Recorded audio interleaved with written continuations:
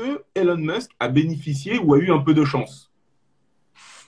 Bon, les histoires ou pas de chance, comme quelqu'un le disait, chacun sa route, chacun son rêve, chacun son chemin, chacun son destin. Ça, il ne faut pas que nous puissions l'ignorer. Et il y a trois choses qui font le dynamisme dans la vie d'une personne. Il y a premièrement ce que nous recevons par les gènes, il y a notre environnement, il y a aussi l'effort personnel.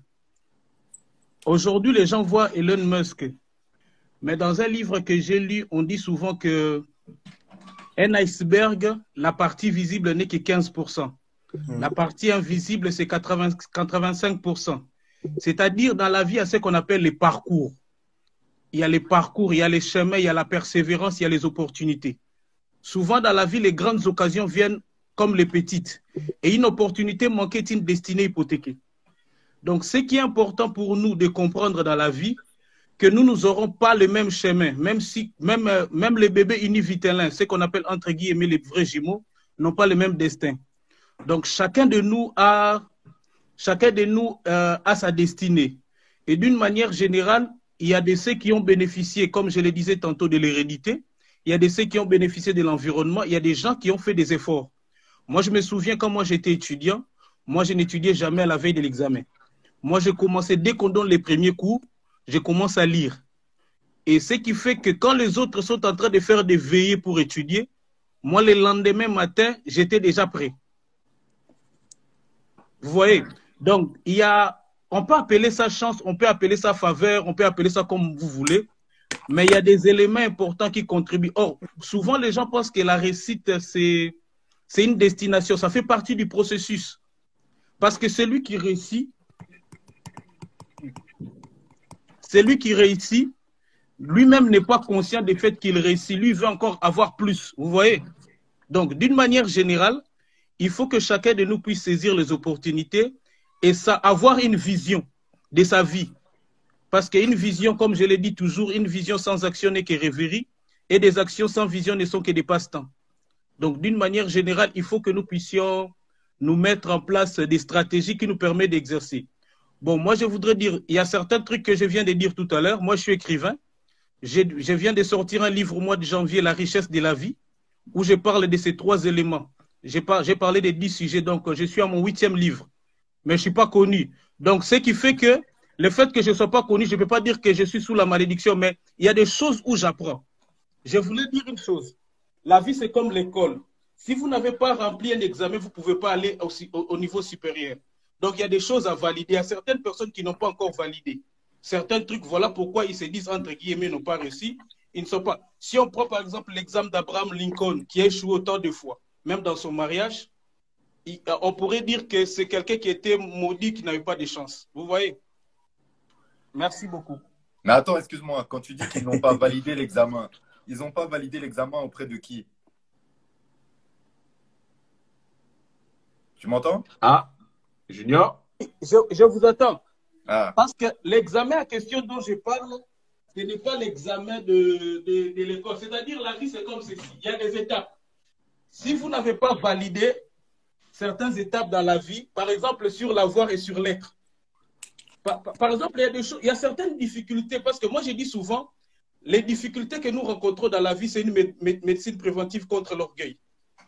C'est-à-dire, et ce sont des choses que nous validons au fur et à mesure. C'est pourquoi, quand quelqu'un réussit, vous allez voir la plupart des gens qui sont riches sont humbles par rapport à certains pauvres. Junior, on ne t'entend plus là. Tu es loin de ton micro. Oui, excusez-moi. Donc, je disais ceci.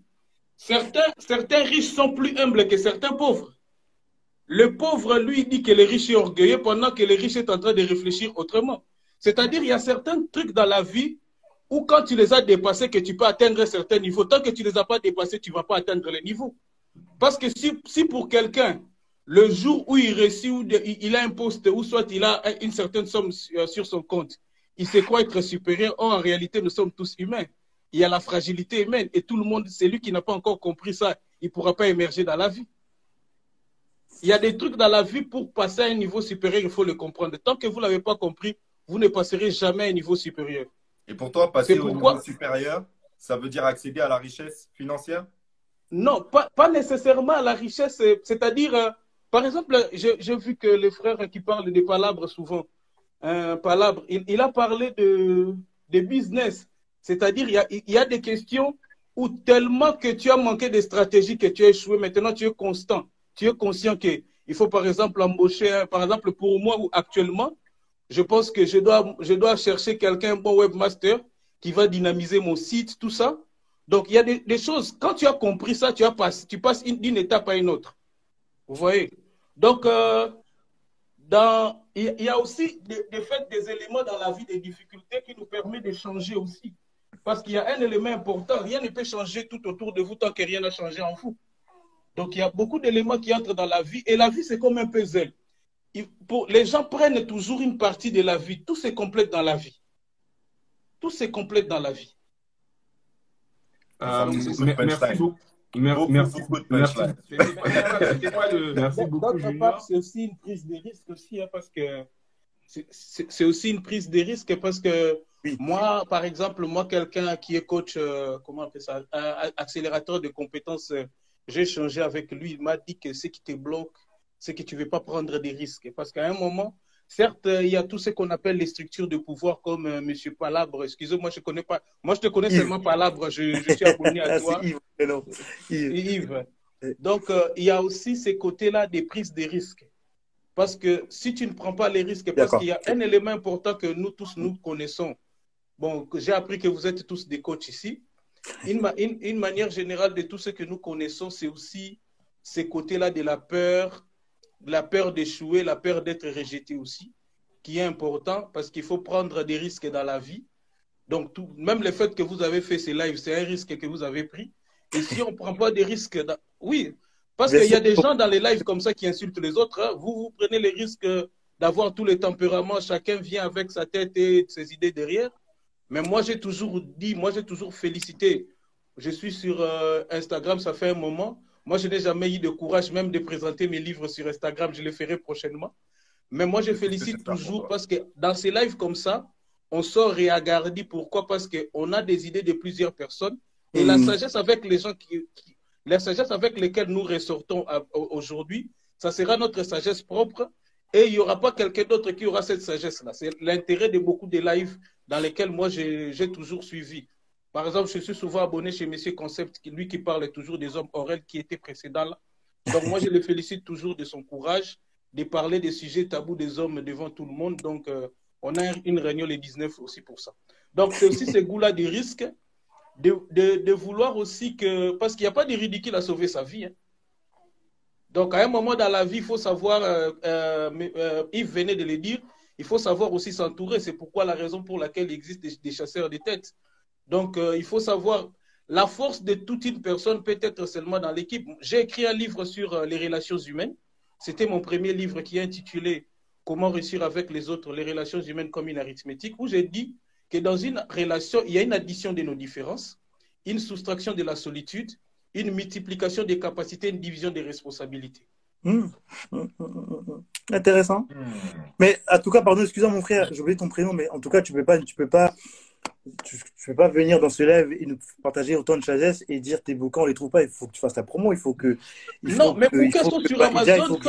Et puis on va. Oui, mes bouquins sont sur Amazon, sont à la Fnac, sont à Ombre Blanche et partout. Donc, viens vers nous, viens vers Tracy Enzo, viens vers moi, viens vers Palabre. On va t'aider à faire ton marketing si tu veux. Ben oui, c'est avec des punchlines comme ça, tu as 10 000 moyens de pouvoir te faire un peu. Merci beaucoup. On va se connecter à un message. Je me suis déjà abonné à toutes vos pages. Moi, je vais le faire, je viens de te suivre à l'instant là. C'est super de ce que tu dis, ça me plaît. Donc, il y a cette addition des différences parce qu'à un moment, il faut savoir quels sont les gens avec lesquels qui peuvent nous aider à avancer dans la vie. Parce que comme dit une sagesse africaine, si tu veux aller vite, va seul. Si tu veux aller loin, fais-toi accompagner. Donc, d'une manière générale, il a trouvé des gens parce que moi, quand je fais mes projets jusque-là, je regarde les personnes qui peuvent m'aider. Donc, je regarde les personnes qui ont plus de... Parce qu'une chose qui nous tue aussi dans la vie, on ne cherche pas des gens qui ont plus de compétences que nous. On pense qu'ils vont nous dribbler d'une part, mais en réalité, ce sont des gens qui peuvent nous aider. Et c'est aussi les poids, c'est aussi, il y a des gens dans la vie, il y a des gens que nous voyons extérieurement qui sont forts, Il suffit seulement que quelqu'un les quitte. Il y a ce qu'on appelle aussi, je l'ai développé dans presque 2 ou 3 de mes livres comme ça, il y a la loi de l'entourage. De la même manière qu'une plante émerge dans un environnement bien précis, l'être humain aussi émerge dans un environnement bien précis. Donc, il y a aussi ce goût-là du risque, de prendre des risques quelquefois, de sortir de sa zone de confort. Même si, comme je serai d'avis avec Yves, qui a un peu tout ce qui est structure de pouvoir derrière, les dessous des cartes, on ne peut pas connaître, mais en réalité, il y a aussi une notion de risque là derrière à ne pas négliger. D'accord. Je suis d'accord, c'est vrai, totalement, je suis d'accord, c'est vrai. La notion de risque, elle est hyper importante, c'est vrai. Merci énormément, Vision. Je vais t'appeler Vision, d'avoir partagé avec nous. Prends soin de toi et puis franchement, à très bientôt. Nous, on est là tous les mardis, 22 h, sans aucun problème, Nekao Live.